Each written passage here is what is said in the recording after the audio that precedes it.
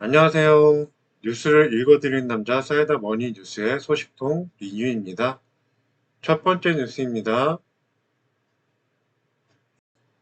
코인베이스 SEC 기소 소식에 임원 주식 대거 매도 루머 사실 무근. 미국 암호화폐 거래소 코인베이스가 12일 공식 블로그를 통해 최근 일부 미디어 혹은 SNS 플랫폼을 통해 확산된 미국 증권거래위원회의 기소를 앞두고 코인베이스 임원 자사주 대거 매도 루머는 사실 무근이라고 밝혔다. 이와 관련 코인베이스 측은 SEC가 웰스 노티스 SEC가 민사소송의 대상이 될 기업의 해명을 요구하는 사전통지서를 고지하기 전부터 코인베이스 경영진과 이해 관계자들이 10B5-1의 매도 계획은 진행되고 있었다.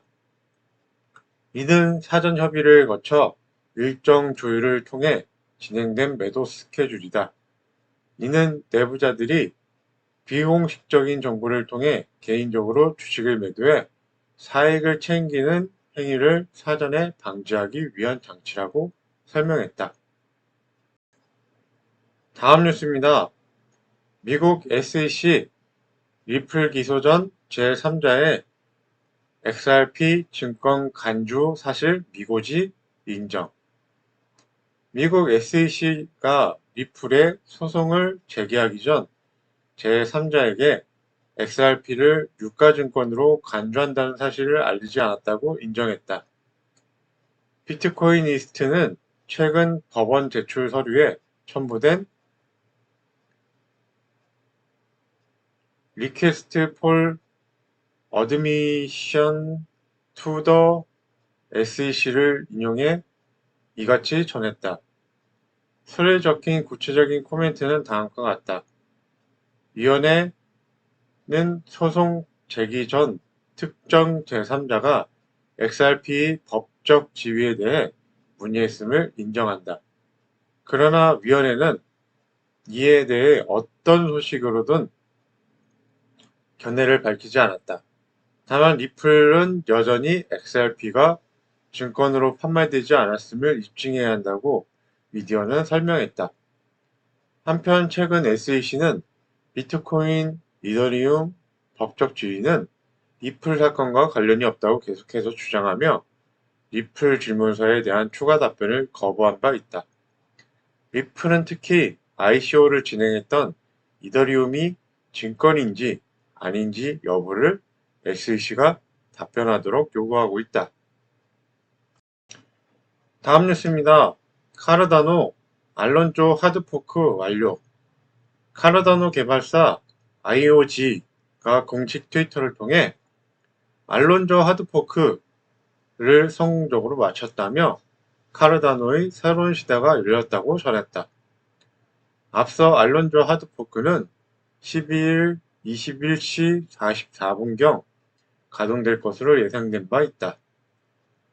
알론조 업그레이드가 이루어지면 ADA는 자동화된 디지털 자산 대출, 거래 등을 지원하는 디파이 플랫폼 등 다양한 금융 서비스를 적용할 수 있게 될 것으로 전망된다. 다음 뉴스입니다. 엘살바도르 외국인의 BTC 투자 수익 면세 계획. 외신 칼리지 타임즈에 따르면 엘살바도르의 정부가 외국인의 비트코인 투자 수익에 대한 면세 혜택을 제공할 계획이라고 밝혔다.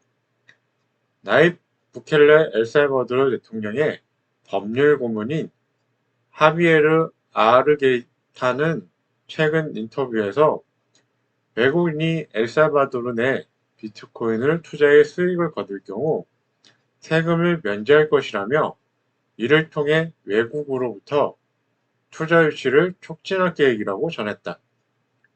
또한 비트코인 가격 변동 리스크와 관련 만약 비트코인이 가격이 붕괴할 경우 그에 따른 피해를 최소화하기 위해 비트코인 거래를 일시 중단할 것이라고 덧붙였다.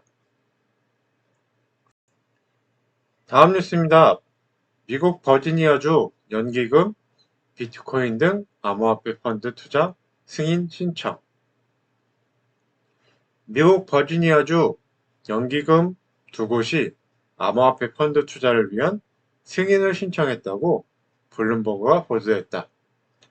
보도에 의하면 미국 버지니아주 페어팩스 카운티 경찰 임원 퇴직 시스템과 페어팩스 카운티 직원 퇴직 시스템이 비트코인을 암호화폐 파생상품 투자 펀드에 5천만 달러를 투자하기 위해 관련 신청서를 제출했다.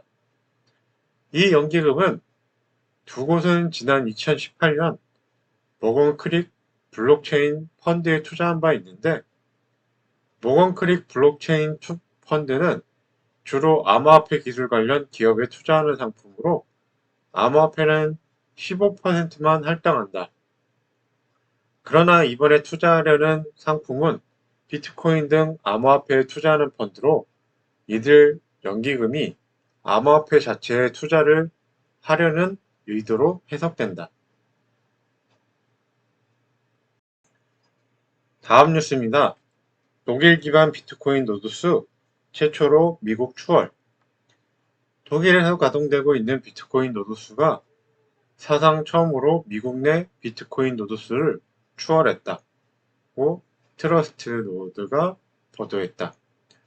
보도에 의하면 현재 전 세계적으로 운영되고 있는 비트코인 노드 수는 1,593개인데 그중 독일에서 1,836개의 노드가 가동되고 있으며 미국에서는 1,825개가 가동되고 있다고 전했다.